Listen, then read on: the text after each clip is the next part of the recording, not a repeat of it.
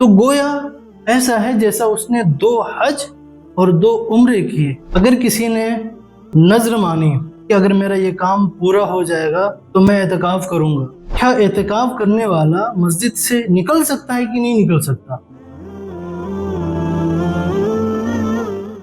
محترم ناظرین، السلام علیکم ورحمۃ اللہ وبرکاتہ۔ ماہ رمضان المبارک رحمتوں برکتوں والا مہینہ ہے۔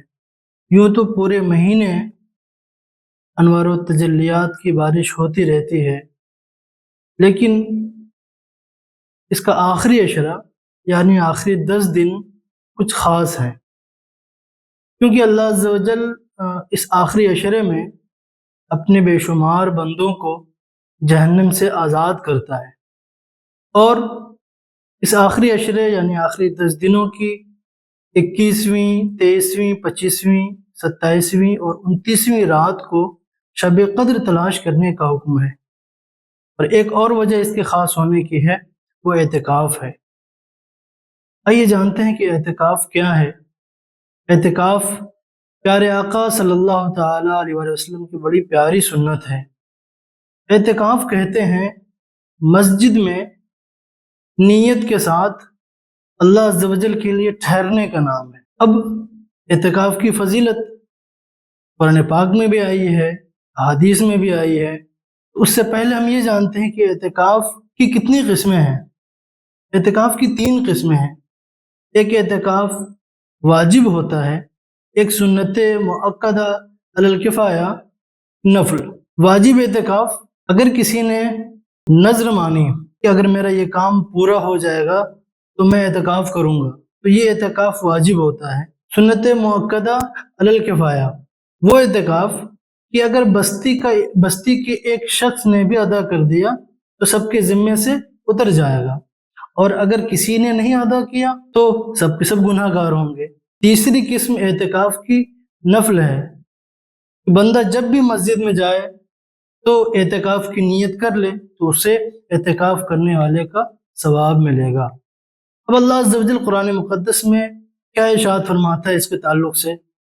اعوذ باللہ من الشیطان الرجیم، بسم اللہ الرحمن الرحیم، ان طہر بیتی للطائفین والعاکفین والرکع السجود، کہ میرے گھر کو خوب ستھرا کرو، طواف کرنے والوں کے لیے، اعتکاف کرنے والوں کے لیے اور رکوع سجود والوں کے لیے۔ اب آئیے دیکھتے ہیں احادیث میں اس کی کیا فضیلتیں آئی ہیں۔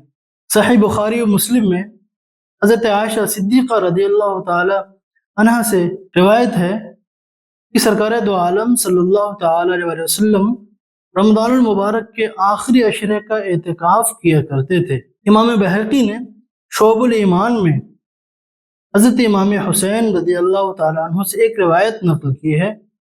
نبی کریم صلی اللہ تعالی وسلم نے ارشاد فرمایا، جس نے رمضان میں 10 دنوں کا اعتکاف کیا تو گویا ایسا ہے جیسا اس نے 2 حج اور 2 عمرے کیے۔ سبحان اللہ، کتنی بڑی فضیلت ہے اعتکاف کی۔ اب میں آپ کو اعتکاف کی نیت بتا دوں کہ جب کوئی بندہ اعتکاف کرنے کا ارادہ کرے وہ نیت کر لے کہ میں اللہ عز و جل کی رضا حاصل کرنے کے لیے رمضان المبارک کے آخری عشرے کے اعتکاف کی نیت کرتا ہوں، اور خواتین اسلام اس طریقے سے نیت کرے کہ میں اللہ عز و جل کی رضا حاصل کرنے کے لیے رمضان المبارک کے آخری عشرے کے اعتکاف کی نیت کرتی ہوں۔ مرد حضرات تو مسجد میں اعتکاف کریں گے اور خواتین اسلام مسجد بیت میں اعتکاف کریں گے، یعنی گھر کا وہ حصہ جس کو خواتین نے نماز کے لیے، تلاوت کے لیے خاص کیا ہے، اسی میں وہ اعتکاف کریں گے۔ اگر کسی نے مسجد بیت کو خاص نہیں کیا ہے، گھر میں نماز کے لیے کسی جگہ کو خاص نہیں کیا ہے، تو اس کو چاہیے کہ اعتکاف کرنے سے پہلے جگہ کو خاص کر لے، اس کا ادب و احترام کرے، اس کو صاف ستھرا رکھے، پھر وہ اعتکاف کرے۔ اعتکاف پیارے آقا صلی اللہ تعالی علیہ وسلم کی بڑی پیاری سنت ہے۔ ہمیں چاہیے کہ ہم اس سنت کو زندہ کریں، اس کو زیادہ سے زیادہ فروغ دیں۔ اب بات آتی ہے کہ کیا اعتکاف کرنے والا مسجد سے نکل سکتا ہے کہ نہیں نکل سکتا؟ تو فقہاء کرام نے اس کے 2 عذر بیان کیے ہیں۔ ایک حاجت طبعی، یعنی